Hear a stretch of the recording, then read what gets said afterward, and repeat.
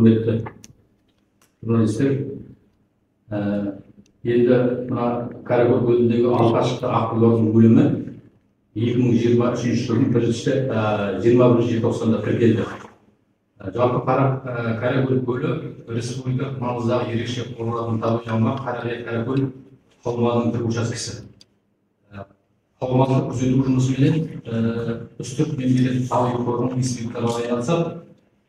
Инспектор кезекті қорғау қадағалау жұмыстары жүргізу кезінде жаңа 21 желтоқсан күні көлде аққулардың өліп жатқанын анықтаған.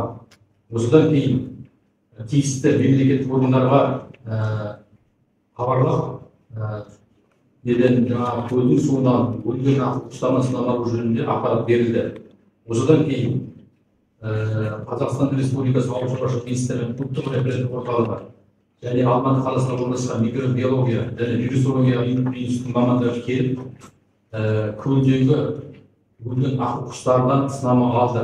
Кейіннен алынған сынаманың қорытындысы бойынша өлген аққулардан құс тұмауына оң нәтиже берді. Осыған байланысты тиісті мемлекеттік органдар өз құзыреті шегінде өлген құстарды жинақтау, оны арнайы орындарда жою жұмыстарымен айналысып келе жатыр. Бүгінгі таңда 21 желтоқсан менен 24 жылдың 10 қаңтарын қосқанда өлген аққулардың саны 870 басқа жетті. Бірақ аққудан басқа құстардың өлімі бірен-саран бүйректер бар, басқа құстардың өлімі тіркеліп тұрған жоқ. Айта кететін жағдай, өлген аққулардың негізгі басым бөлігі, біздің пайымызша 90%-ға жуығы аққу құстарының балапандары. Қаңтар айының 8-10 күндері Қазақстан биопалеонтологты зерттеу жөніндегі орнитолог келіп, 3 күн Қаракөл көлінде жұмыстар жүргізді. Жұмыстар кезінде үстірт қорғауының мамандары, аумақтық инспекция мамандары қатысты. Бірінші кезекте санақ жұмыстарды жүргізді. Күндері айтып едім, санақтың қорытындысы бойынша қазір 10 қаңтар күнгі жағдай бойынша көлде 87 мыңның үстінде құс бар қазіргі таңда. Оның ішінде 43.600-і жаңағы Сыбырдағы Қазақстан Республикасының қалған 40 мыңның үстіндегісі барлығы 30 түрлі құс бар. Оның бір түрі жаңағы Сыбырдағы қалған 29 түрі.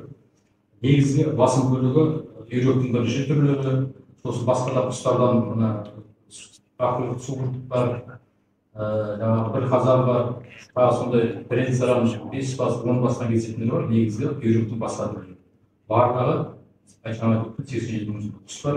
Енді көлдегі жаңа ары қарай тереңдетіп зерттеу жұмыстары, ол жердегі көрікті заттар, ол жаңағы тамақтауға болмай ма, ол жөнінде де өз пікірін айтты. Нақты қорытынды ақпаратын бүгін береді. Орнитологтың пікірінше Қаракөл көлінде көрікті зат жеткілікті. Біз сұрақ қойғанбыз, неге бұл жерде бұндай өте көп құс? Құс бұл жерде қай жерде ыңғайлы, сол жерде қыстайды. Қай жерде көрікті заттар сол жерде қыстайды. Оны сырттан келіп, сыртқа жем беру болып, бейнен бола ма, арба бола ма, әлде көкөніс әртүрлі жем-шегет бола ма, ондайға вообще болмайтындығын айтты. Бұл керісінше құстарға әсер етуі мүмкін. Құстың өзі көлдің табанында, қамыстың ішінде түрлі жәндіктер, қамырлар, шөптің деген сияқты солармен қоректенеді. Егер Қаракөл көлінде олардың қайсысы болса, көрікті заттар жеткіліксіз болса, құс өзі басқа жаққа қоныс аударады айтып отыр.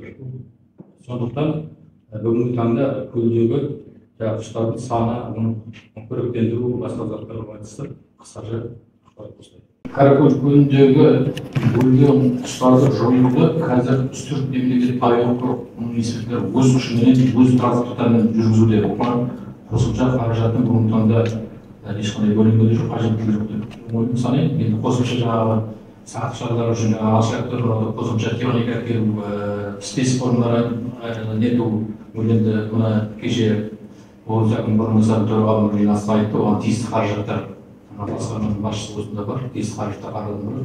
Бүгінгі таңда қосымша қаражаттар бөлінген жоқ. Үстірт қорғау қызметкерлері өзінің күшіменен өлген аққуларды жинақтап, ветеринария мамандарының қатысуыменен арнайы шоңқыларды өртеп, көму жұмыстарын жүргізуде. Сосын енді әріптесім айтуды, тағы осы кеше бүгін арнайы өртейтін техника осы бүгін ертең арнайы, енді бұрынғыдай бір жерге тасымалдамай, көлдің жағасына жаңағы арнайы құстарды өртейтін пеш бүгін ертең келеді деп бізге келіп түсті. Бұл көлдің жағасына барып тұрады. Сол жерде өлген құстарды тікелей өртелеп бағып сақтаймыз.